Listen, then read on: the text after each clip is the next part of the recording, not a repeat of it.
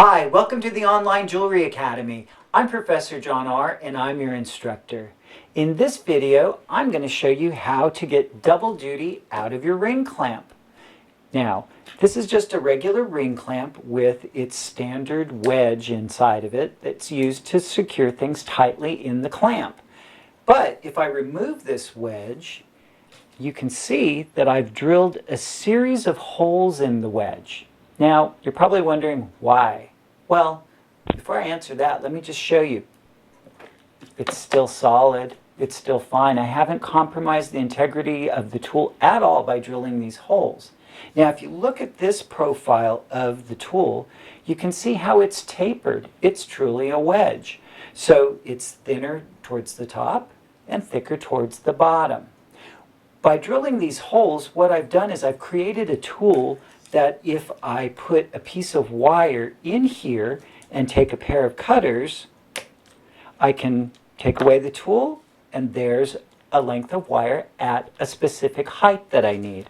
And I can continue the process over and over again in order to create as many wires of that size that I want.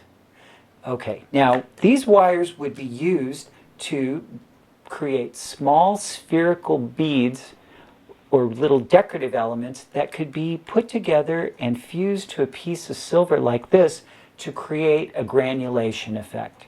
Now, granulation goes back to the Etruscans and it's usually done in gold, but you can fake it pretty well with silver. So, to make this tool, let me show you what you're going to need. First, you're going to need something to measure with, and I would recommend using a metric ruler. Next, you're going to need a tool to mark where to drill. In this case, I've got a Sharpie pen and I've also got a push pin.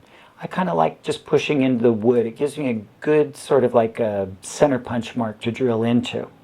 Next, you're going to need some type of drill. Here I've got my flex shaft and I've got a drill bit installed that's larger than the 20 gauge wire that I'm going to work with.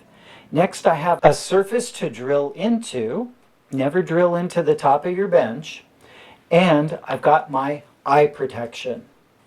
All right, so what I've done with the tool that I've made already is I started 5 millimeters from the end of the tool, and every 5 millimeters I drilled a hole.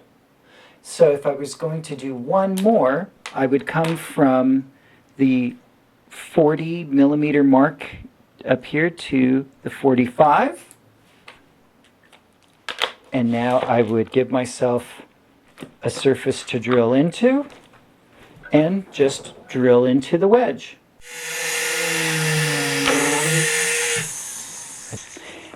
And now I have a tool that will allow me to cut various lengths of wire to create various sizes of spheres to make granulation effects.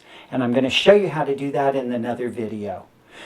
Check out our other videos at www.onlinejewelryacademy.com and be sure to follow us on Facebook, Instagram, and Twitter. Thanks for watching.